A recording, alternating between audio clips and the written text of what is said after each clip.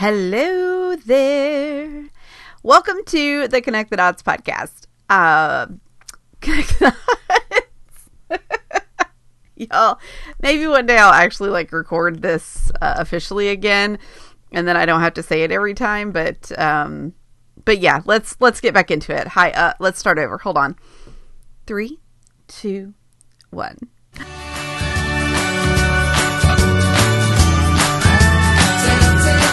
Hello, and welcome to the Connect the Dots podcast. Connect the Dots is a podcast that takes the time to explore some of those deep, thought-provoking questions that come across my mind. We learn more about neurodiversity. I bring interviews to you from a variety of individuals on a variety of subjects, and we learn how to navigate the workplace. Through all of this, we're connecting the dots and bringing together a beautiful journey. My name is Heather, and I am your host. My pronouns are she and her, and I am a white female. I have short strawberry blonde hair. I wear red glasses. Today I have on a black shirt, and I sit in front of a teal wall that is covered with different art pieces. Yes, so welcome. It is the second week of the month, so we are focused on neurodiversity. Typically, this episode would have come out a few days ago, like this past Thursday, but I did not manage my time well last week. So here we are on a Sunday evening, recording this podcast for you with barely any makeup on. And it's where we're at today. But I wanted to get this out to you because I have just listen. Focus. Focusing is key, Heather. Oh, what an appropriate topic for neurodiversity this week as I struggle with the focus. And I just spilled water on my bullet journal. That's lovely. Oh, man. Okay. Oh, darn it, y'all. Man, it went all over my journal. Sorry. Pause, please. I mean, don't pause the podcast. I'm still here. I'm still jabbering along. Oh man, y'all, that really, really stinks that I just got water on my journal.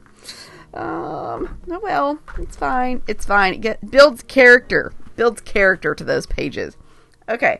Sip of water. Hit my mic. You know. It's all the usual suspects that happen on the podcast. And we're only 3 minutes in or something. Okay. Let's go back to, oh gosh, I went out of focus. There we go. Let's get back to what today's episode is about. Second week of the month, we're focused on neurodiversity. I'm going to do a book review today. I've been seeing this book. It's come up on several of the neurodiversity Facebook groups that I'm in. Yes, all those words. Several neurodiversity groups on Facebook. People talk about this book a lot.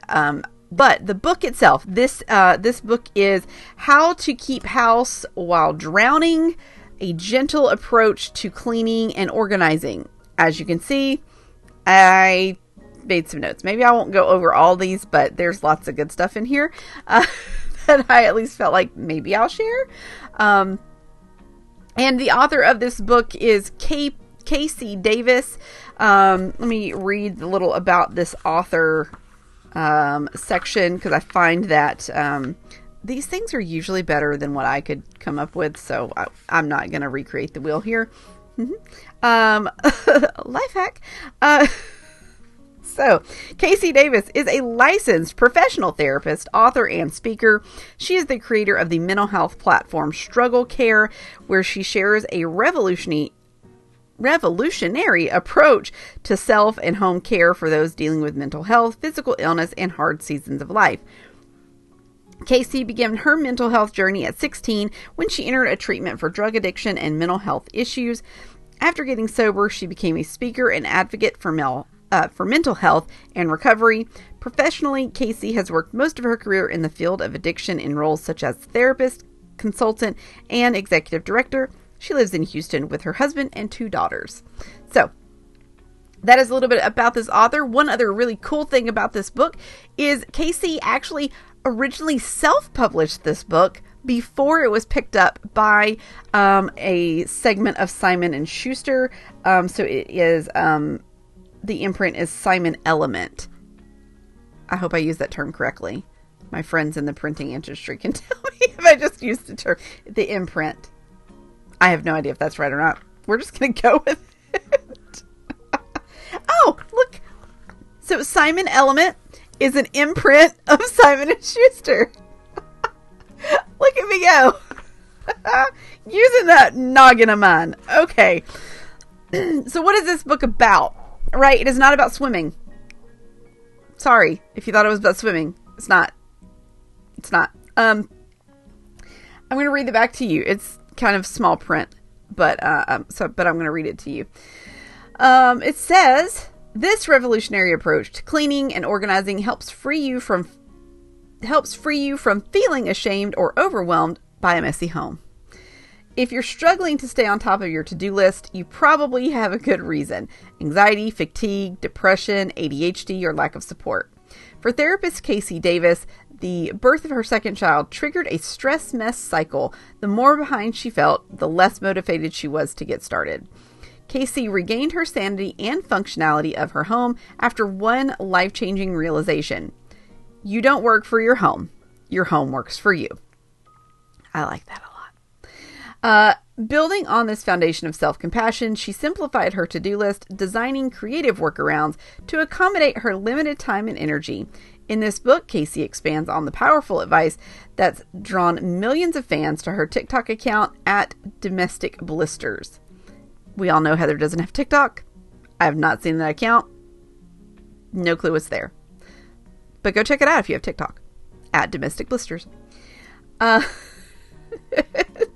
says, inside you'll learn to see chores as kindness to your future self and not a reflection of your worth. Start by setting priorities. Stagger tasks so you don't procrastinate. Clean in quick burst Clean in quick burst within your existing daily routine. Use creative shortcuts to transfer. I promise I can speak. I just can't apparently speak the words I'm reading at the same time. Use creative shortcuts to transform a room from messy to functional. There we go.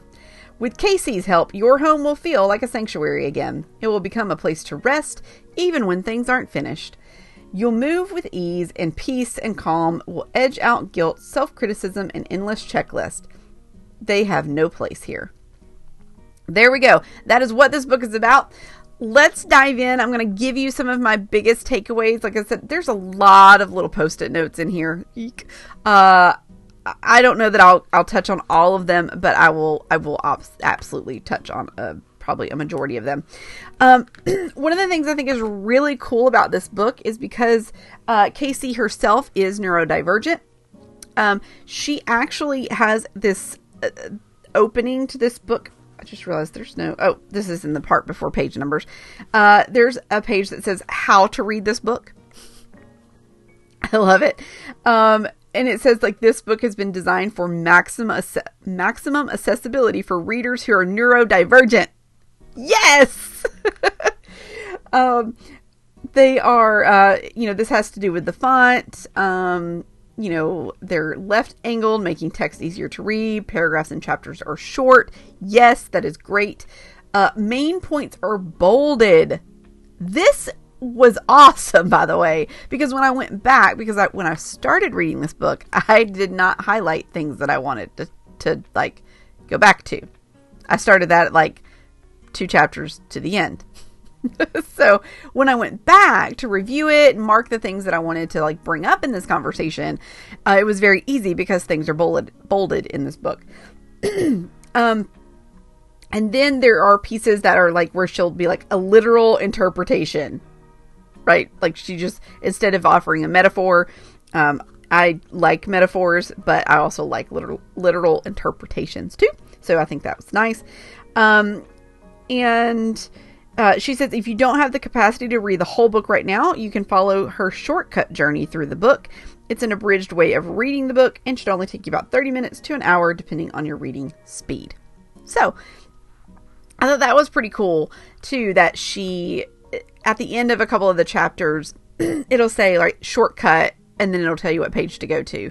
And so you don't miss any of like the main themes, but it does take you through the book a little bit, faster, if you want to get through it pretty quick. Okay. I'm not going to go through the introduction, kind of talked about that at the back. Like at least her story anyways.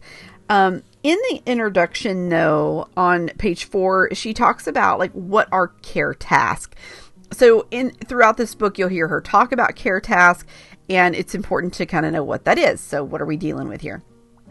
So care tasks are the chores of life. Cooking, cleaning, laundry, feeding, dishes, and hygiene. But when you actually, and they may seem like they're not complex, right? Like, I must do the dishes, or I have to do the laundry. Those things seem very simple, but they are not. If you break them down, they're actually a pretty complex thing that we have to do, that they take, time and energy and skill and planning and maintenance, to go through those care tasks. And when you start to think about it, they no longer become simple. Like when you write down, like, I need to do the laundry. Like for me, I don't know, I can't remember how long I've been doing it, but typically if I write something down on my to-do list and I write down like, do the laundry, I'll catch myself and I'm like, okay, do the laundry. No, Heather, write that out. Like, okay, wash. Like, okay, like, I get like the wash and dry part. Those two things go together. So I don't have to write those out. But then under do the laundry, I also have to put fold the laundry, put away the laundry. Like I have to mark it out, or I have to write it down, because it also gives me that little hit of dopamine, because I can say I washed the laundry, folded the laundry, put away the laundry. I get three ticks off that checklist, 3 little hits of dopamine. Makes my brain feel good. Anyways, we carry on. And she goes and she talks about this a little bit more. But the thing I really, really like that she says in here, is she says, I do not think laziness exists.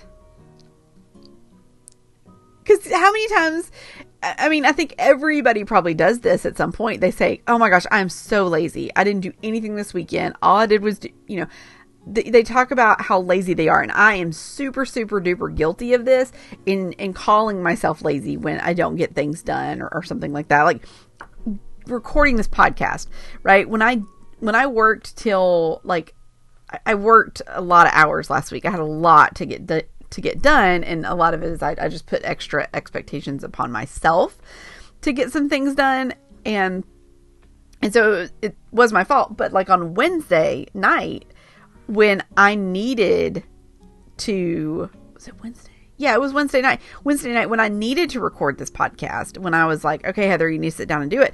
I didn't get up from this chair until 9:00. Like I left work at 9:00. I had stopped and taken a dinner break, but I came back to work to finish the thing I was working on. But yet in the back of my head, I kept going, gosh, I'm so lazy because I didn't do the podcast this week. No, it's not because I was lazy. I did not manage my time properly. I bit off more than I could chew when it comes to my workload. Those are realistic things. The podcast didn't get done on, for Thursday launch because I'm lazy. That's not. But in my head, let me tell you, that was a soundtrack that kept trying to play. That, Heather, you're just so lazy. Why didn't you do? No, not the right soundtrack. So I really like this comment that she says, I do not think laziness exists. She says, what does exist? Executive dysfunction, procrastination, feeling overwhelmed, perfectionism, trauma, amotivation, chronic pain, energy fatigue, depression, lack of skills, lack of support, and differing priorities. Thank you. Thank you, Casey Davis. That is something I feel like we all need the reminder of. And then I like that she points out too, and I think this was pointed out on the back, So when she said in the description on the back of the book, when it says you don't work for your home, home works for you. How it's put kind of here in the introduction is you don't exist to serve your space exists to serve you. And I like that. She goes on to say here, internalizing this belief will help you shift your perspective from care task, shift your perspective of care task from a moral obligation to a functional errand. B, see what changes you actually want to make. And C, weave them into your life with minimal effort, relying not on self-loathing, but on self-compassion. I like that. So again, you don't exist to serve your space. Your space exists to serve you. Okay. In chapter 1 is called Care Tasks Are Morally Neutral. She talks about this a lot in the book when she goes through the different things. She's like, this is morally neutral. And I like that concept of thinking about things. So it says care tasks are morally neutral. Being good or bad at them has nothing to do with being a good person, parent, man, woman, spouse, friend. Literally nothing. You are not a failure because you cannot keep up with laundry. Laundry is morally neutral. Such a good reminder because, I mean, and this is not always just because, like, you know, like this is a neurodiversity focused week. This book is written to help people that have neurodivergence. And even though like that's kind of the focus, I still think probably everybody deals with this type of thing of thinking that, you know, because I am not a good, like I'm not a good cook. I am not good at keeping up with the laundry. I am not good at cleaning the bathroom. It feels like they're a moral failure, but you're not. Those are morally neutral tasks. Like, it's a task. You know, I don't do laundry the same way that my mom does laundry, or my mother-in-law does laundry, or even my husband does laundry. And that's okay. That doesn't make me better. It doesn't make me worse. We just do it differently. And that's fine. So that goes back to the fact that it doesn't make you better or worse than somebody. It's morally neutral. Okay. So chapter 3 is called For All the Self-Help Rejects. We're going to cover several things in this chapter, but the first paragraph of this chapter it spoke to my heart in so many ways. And you'll understand as I read this why. So this is For All the Self-Help Rejects. I love y'all know self-help is we've talked a lot about that on here. Okay. Marie Kondo says to trifold your underwear. The Admiral swears making your bed will change your life. Rachel Hollis thinks the key to success is washing your face and believing in yourself. Capsule Wardrobes, rainbow colored organization. They're calling out Home Edit there, I think. Though I feel like this book was written before that, but I could be wrong. But we know. Bullet journals. Ooh, bullet journals. Yep. How many of these have we tried? How many did we stick with? And if you're like me, this is the author speaking, right? If you're like me, the answer is probably none. Whew, man. So Marie Kondo, I've watched the show. I watched the first season and I watched part of the second season. I didn't get into the second season quite as much. But you know, the whole like the little boxes and the way that she folds. I tried to do a lot of those things. I do fold my t-shirts the Marie Kondo way. I do like that. But I think that's pretty much it. That's the only thing I've kept. And Home Edit folds them that way as well, or it's close enough, similar. I do try to make my bed every day, but I'm the first one to get out of it.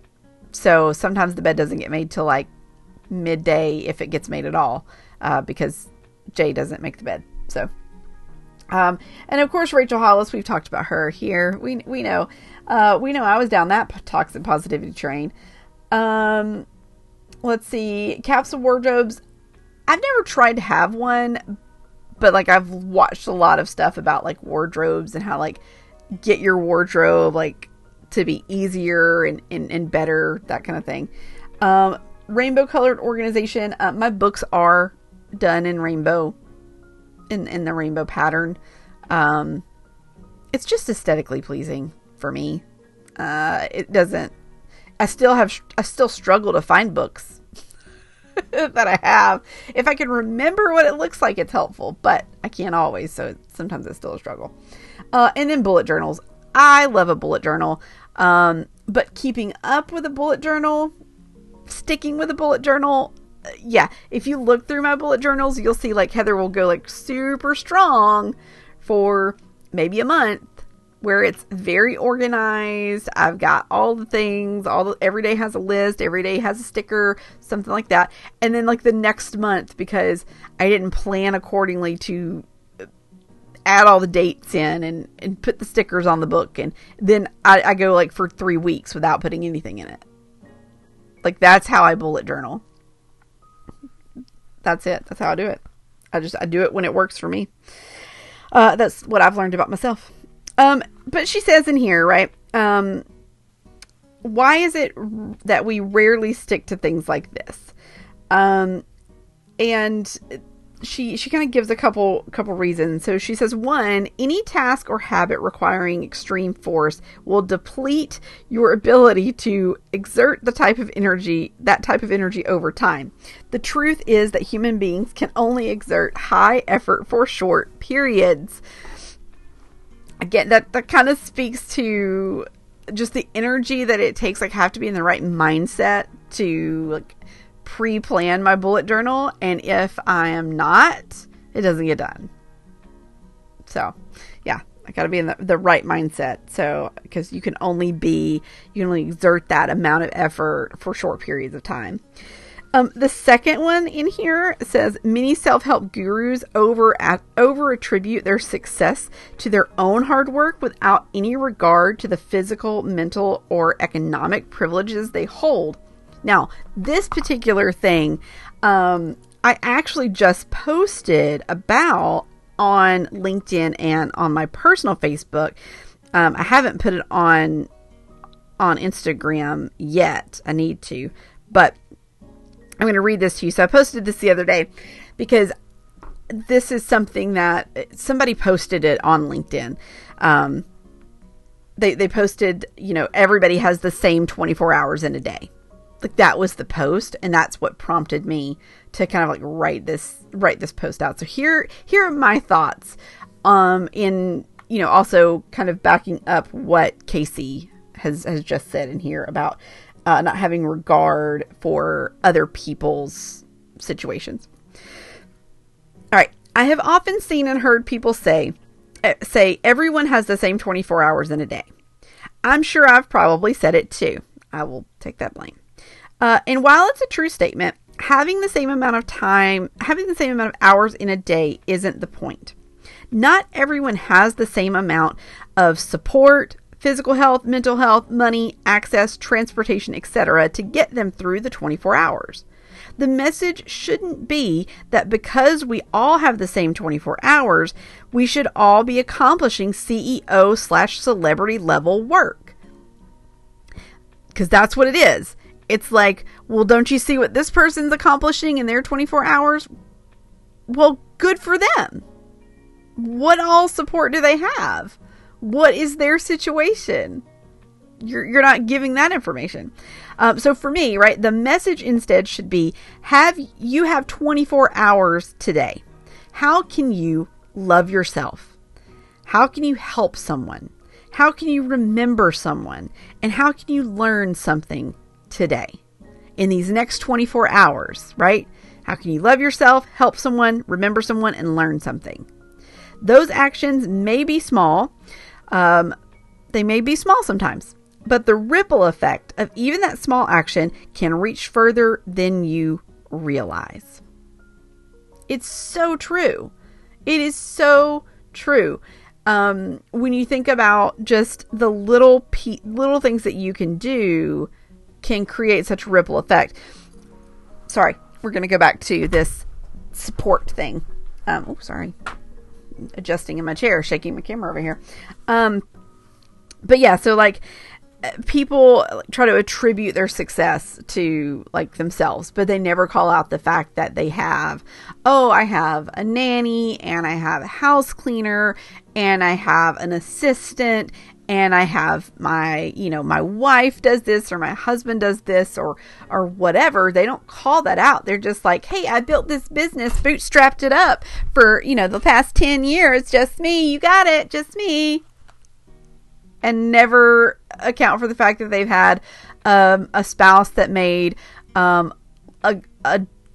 good amount of money to be able to support said business, and support having a nanny, and support having a housekeeper, and like none of that's there.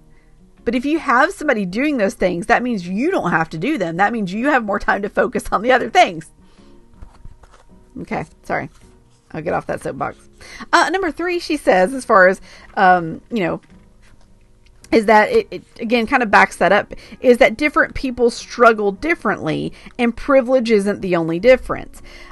Someone might find a way to meal plan or exercise or organize their pantry that revolutionizes their life, but the solutions that work for them are highly dependent on not only their unique barriers, but also their strengths, personality, and interest.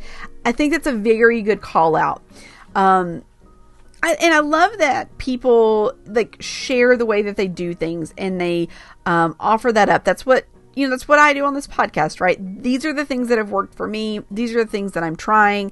In the fact that maybe you want to try it too, or maybe it's worked for, maybe you go, oh, hey, I think that would work for me, but I think I would do it maybe this way or that way. I'm not trying to, I'm not a medical doctor. I'm not a certified coach. None of those things, right? I have leadership experience. I have experience in training and development. Like that's where my experience lies, within corporate settings. But when it comes to like prescribing you things to do, it's not really what I never want to like prescribe and say you have to do this or you should do this. My thought is more so like, I'm going to share with you what I'm doing. I'm going to share with you what's helping me. Or I'm going to share something that I've found that maybe didn't help me, but may help you. I'm more, giving information so that you can make your own determination on what you want to do, in the direction you want to go. I'm sorry. Ooh, I just went down that off task. Sorry. Okay, here we go. I like this one. Okay, yeah. So chapter 4 is gentle skill building. And this is the 5 things tidying method. And so this is one of the approaches that Casey uses. And she says, there are actually only 5 things in any room: trash, dishes, laundry, things that have a place and are not in their place, and things that do not have a place. And so this is kind of when she's starting to tidy a room. So when, it's time to tackle that, now let's go in and let's do this. So she says the first step is to take a trash bag and pick up all of the trash, throw it into the bag. Take large trash items like boxes and stack them together and place the trash bag with it, but do not take the trash out yet. Right? You're just gathering the trash, and you're going to put it maybe right at the door, right outside the door, or entryway to that room. But you're not going to take it outside. We're not going to get distracted. It says, next, gather all of the dishes and then place them in your sink or on your counter, but do not do the dishes. So kind of like with the trash, right? You're just going to get all of the dishes. You're going to go through, okay, dish, cup. Okay, now I'm going to take these. They're going to go in the sink, back to the room. And then it says, take a laundry basket and pick up all of the clothes and shoes. Place the laundry basket next to the trash pile. Again, we're not doing the laundry. We're just picking it up. And then 4, pick a space in the room, like a corner or a desk, to put all of the items, there that have a place, the words, y'all, sorry. Put all the items there that have a place back, in their place. Maybe there's just a word missing from that sentence. Basically, okay, hold on. I have to pause for a second here.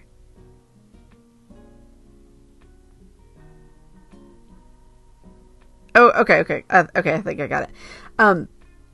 So if something has a place, but it's not in its right place, put it in that pile. And then, put the items that have no place in a pile. And then move to the next space. Oh, y'all.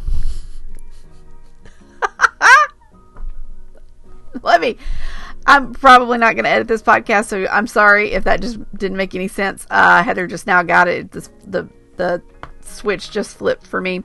Basically, so if you're in a room, let's say, let's take my bedroom, for example. If I were going to do this in my bedroom and I got to step 4, right? The things. And I would start with like my dresser. So the things on my dresser, what should be there, what has a place. We deal with those first, and then I'm going to deal with things that don't have a place, that are just kind of randomly sitting there. I just set it there and hadn't moved it, that kind of thing. Now, and then move through the different spots of the room until you have that. So once you're done, you have a pile of things that don't have a place. Right? Because anything that was like on my dresser that had a place, I'm going to stick it back in the place that it goes, like on my makeup thing, in my makeup bag, and my makeup thing, in my jewelry box, that kind of thing. If it did not have a place, it's going to go in a pile. And then as I go around, as I go around the room, I'm going to continue to do that, and I'll end up with this pile of things that don't have a place.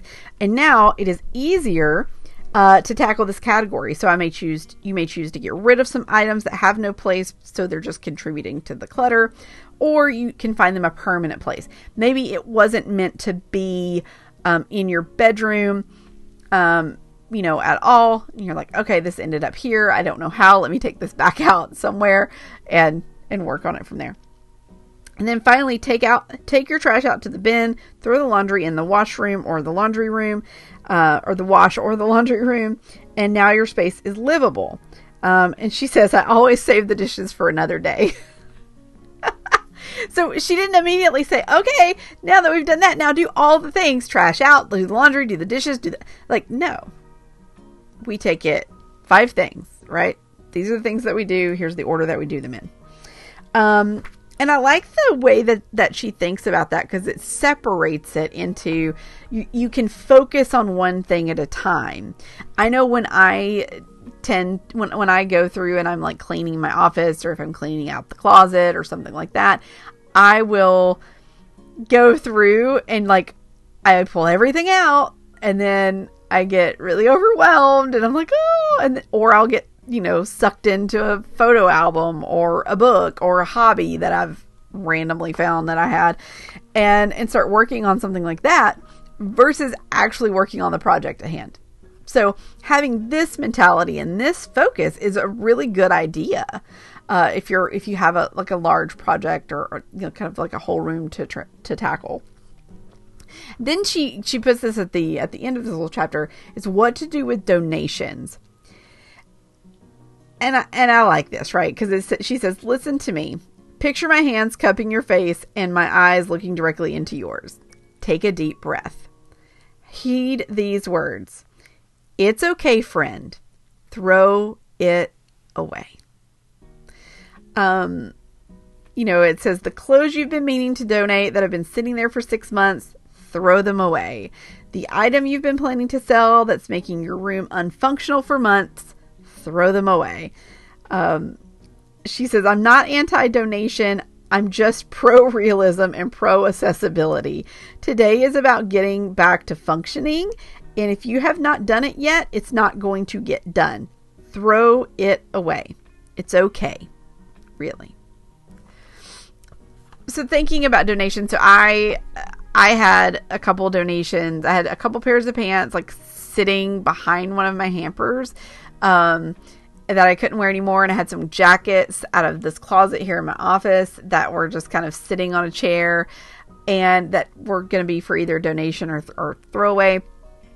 I had some pillows, like throw pillows that, again, we talked about this a second ago. I don't always make my bed, so I don't always put all the throw pillows on. So they were just sitting there getting in the way. So I threw away some, I was like, I'm going to give these away or throw them away or whatever. So I put everything in a trash bag and I set it out by the sofa, and like right on the corridor, like going out of our house. And Jay asked me today, he was like, hey, is this trash or is this donate? And I was like, oh, it can be either. If you want to take it to donate, that's great. If you don't, you can put it in the trash can. Doesn't matter. But there had been this blue bucket of things. It wasn't just clothes. There was like some like stuff in there too. Like I had a screen protector thing in there for a computer or something. So there was this bucket, really nice bucket from the Container Store that I really liked, this bucket. But it was sitting there, and it was sitting at the front door, and I'd been waiting, like, to gather up some more stuff, like, just to get a whole thing gathered up, take to donate. And so last night, he had asked me about that bag, and I was like, where's that other container? And he was like, oh, I took it to the store. And I was like, well, where's the blue container it was all in? He was like, it went to Goodwill. And I was like, no, you took my good container. But I have to remind myself, it had sat there for, I don't know, a month and a half. I have no clue how long it had been sitting there. So it's not like that bucket, the whole point of that bucket was to hold clothes that I was going to donate. I can find another bucket. I can find another bag. It doesn't matter. But it had been sitting there for so long, and my husband was finally like, she's not going to do anything with this. I'm just going to take it. There we go. That's fine. But I like that thought, right? You can throw it away. It's okay to throw it away. Okay. She's got a section in here about like mess has no inherent meaning. And then she's got this list of things that I like. She was like, instead of this, try saying this. And this is one of those things when you're trying to get out of a certain mentality, or like you're trying to reframe your self-talk. I like it when people give you other things to call things. I think it's helpful because sometimes when you're stuck in that mindset or that vocabulary, you don't know what to replace it with. So she gives us some information. So she says, instead of saying chores, say care task. Chores are obligations. Care task are kindness to self. Instead of cleaning, say resetting the space. Cleaning is endless. Amen to that. Resetting the space has a goal. Instead of saying it's so messy in here, try this space has reached the end of its functional cycle. I like that. It's so messy in here feels like failure. This space has reached the end of its functional cycle is morally neutral. Good enough is good enough. Change that to good enough is perfect. Good enough is good enough sounds like settling for less. Good enough is perfect means having boundaries and reasonable expectations. I love that thought. Reasonable expectations. I like it. Okay. Let me check the time. We've been here like 40 minutes, y'all. Okay. And we're only on page 29. Okay, let me be very selective about what I share so I can wrap this up here soon. Because I like these foundations. I like the foundations that she gives to things. This next chapter is chapter 6. Care tasks are functional. And I kind of like how she presents this, right? About finding the function. But she starts out and she says, you are a person. You deserve to be cared for. I want your home to care for you. How do we do that? And we do that by focusing on function. And she says you can break care task down into 3 layers. At their foundation, care tasks have the basic function of keeping your body or space safe and healthy.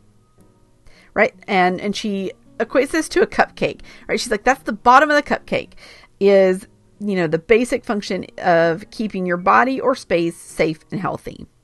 The icing on that cupcake, so to say, are things that increase your comfort. So, right. So you're healthy and safe. And now this is going to increase your comfort. The cherry on top of that, or the cherry or the sprinkles on top of that cupcake, or just the things that make you happy. Now, in the back of the book, she has an appendix that talks about, like finding function in care task. And so, let me use the example of,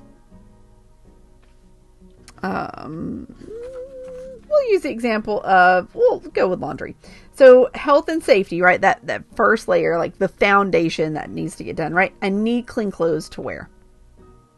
That's the basic. The comfort of that is I want my clothes to look nice and for me to find what I am looking for easily. Got it. Okay. So, right. So we have like some weeks when I don't put my laundry away, right? I'm health and safety. Like it got done. They're clean. Comfort is when I do the laundry and I have the function and space and energy to actually fold them, put them away so that they're not wrinkled. And I can find them easier. And then the third level, so sprinkles or cherry on top, is the happiness level, is I like having an aesthetically pleasing closet. Right? This is the closet that's organized in the rainbow. Mine is not that way. I do fairly well to do sleeveless shirts, t-shirts, long sleeve. That's as organized as my closet gets at this point. But I like the way that she frames that up and that she thinks about that. Let's see. I like this point that she says. This is talking about, like, again, back to functional task and making something functional for you, right? So the way that I do something may not be the same. It may not function the same for you. And she calls this out. She says, for a lot of people, finding a method that bypasses the most executive functioning barriers or makes that task a little less intolerable is better than what's quickest. In the end, the approach that you are motivated to do and enjoy doing is the most efficient because you're actually doing it and not avoiding it. I 100% definitely agree with that. And I had never thought about it that way, right? I've always known, like, hey, what works for you may not work for me. What works for me may not work for you. But when I think about being efficient, it may be efficient for you to do it in a certain way, and it may be faster. If we time something, it may be faster to do it whatever way you're saying to do it. But I may not be able to start that task in the same way. I may not be motivated by the same thing to get it done. And so the way that it works for me to be able to do that task is going to be a different way. There's a lot of talk in this book. She talks about, like, closing duties, where, like, every night she washes her dishes, and I know Kelly, what is her last name? Bedenford. It's but first coffee. That's her YouTube channel name. But she, she has the ritual every night where she doesn't go to bed with a dirty sink. Like she cleans the dishes every night. Whatever's in the sink gets washed and, dried, put away, that kind of thing. And I've tried that. I will tell you, I've realized since reading this book and just thinking about the things that make, like, mentally, that work for me, the quick, efficient ways, I could care less if there are dishes in the sink when I go to bed. I actually prefer to wash the dishes first thing in the morning. When I get up and before I make my coffee and my breakfast, I will, I'm watching a video or listening to a podcast and I wash the dishes. It's just me standing in the kitchen. I don't have anything else happening. There's nobody else I'm focused on because I'm the only one awake. I've already fed the cat, so he's not yelling at me. I can just take the time to do the dishes. Like that, it makes more sense to run the dishwasher at night because it's, it can be loud. And so just run it at night or whatever, put the dishes away in the morning.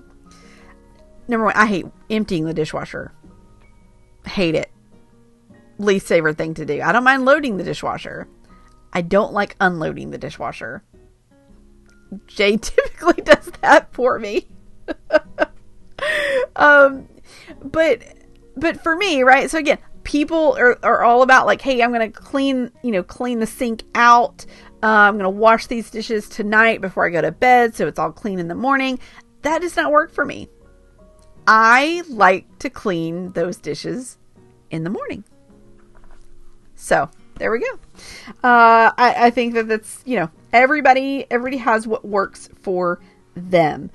Okay. Let me see. I'm not going to go through all of these.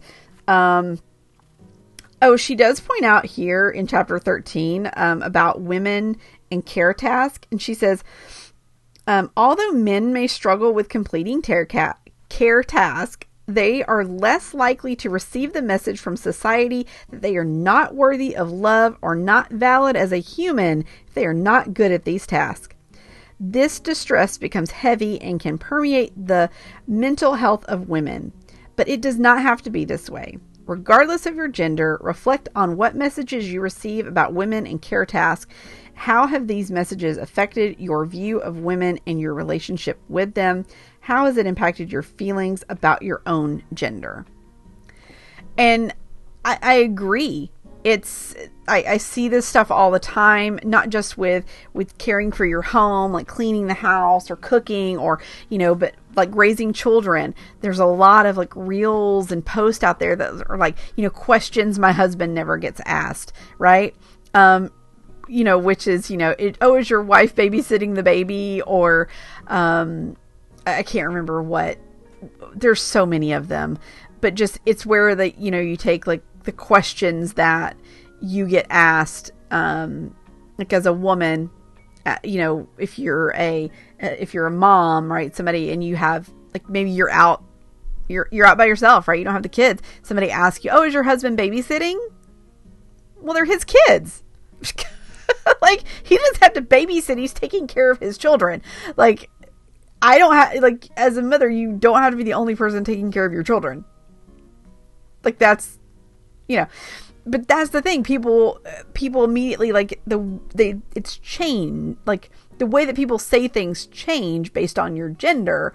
And with care task and, like, taking care of your home and cleaning and all of those things, it is typically looked, more, down on a woman who maybe isn't keeping up in the other people's eyes. Let me put it that way. Their perspective or their perception is that that person's not keeping a clean house. They're not keeping tidy. They're not doing these things. That it's a moral failing.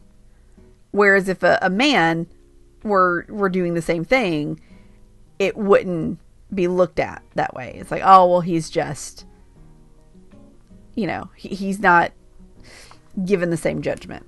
So I like that she points that out, that it's, that society tends to make us feel like we're not worthy of the same level of love in that respect. Okay.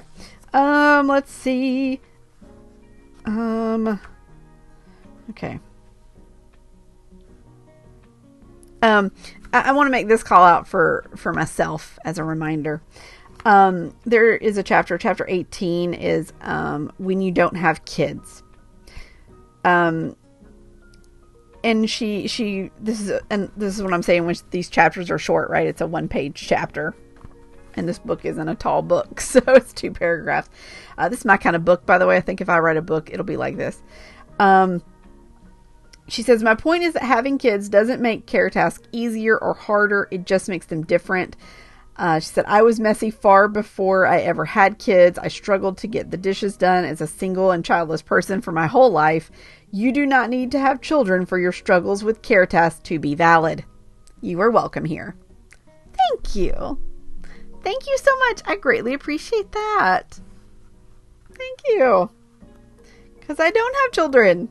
And I don't know how you moms do it. And you dads, I don't know how you moms and dads do it. Don't know. Kudos to you. Because I very much respect what you do. Because I over here, I'm struggling with my childless self sometimes to get things done. But my struggles are valid. So, she has a chapter about caring for your body when you hate it. Yeah, this one hit. She says it helps to consider your body as separate from you. You have a body, but you are not your body. So even if you think your body is a little bit ratty, you can get to know it slowly, curiously, non-judgmentally by caring for it. And it might end up your friend.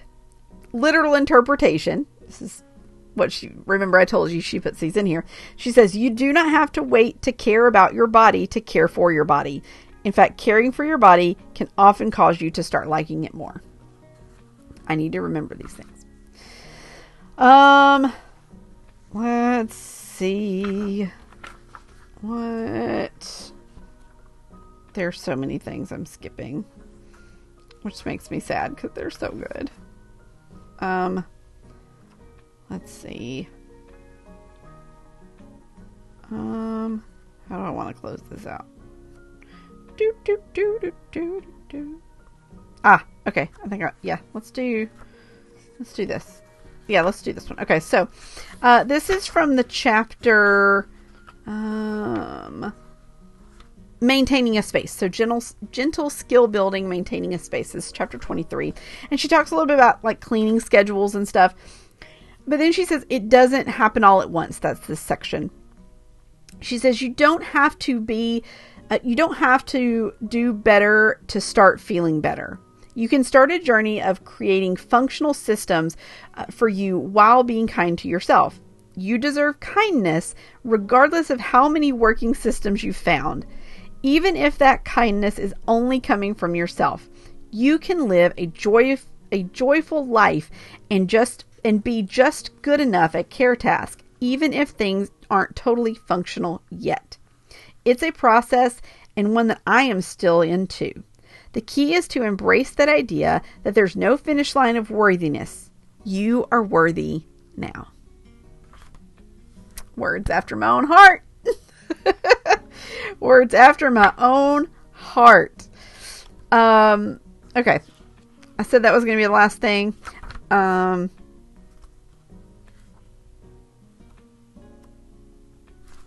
Sorry. Three more things, and then I will hush. Gosh, y'all, it's been 54 minutes. Oh my goodness. Thank you for being here. Towards the end of the book, so like chapter 38 and 39, 38 is your weight is morally neutral. And she reminds at the beginning that like feeding your body is a care task, resting your body is a care task, taking medication to control health symptoms is a care task, moving your body, physical therapy, and other healing activities are care tasks. It says it's wonderful. It's a wonderful thing to investigate what foods and nutrients help your body function and feel best, but making or keeping yourself thin is not a care task. There are lots of ways to make your body smaller that will not produce better health.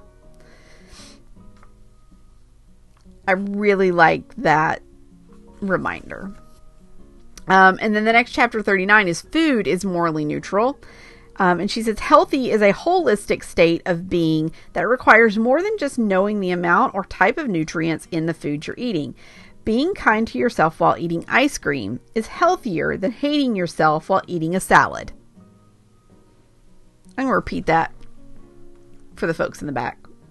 Being kind to yourself while eating ice cream is healthier than hating yourself while eating a salad. Anxiety and perfectionism are not good for your health. At the end of the day, your relationship to food is as much a factor in your health as fueling your body in a way that makes you feel At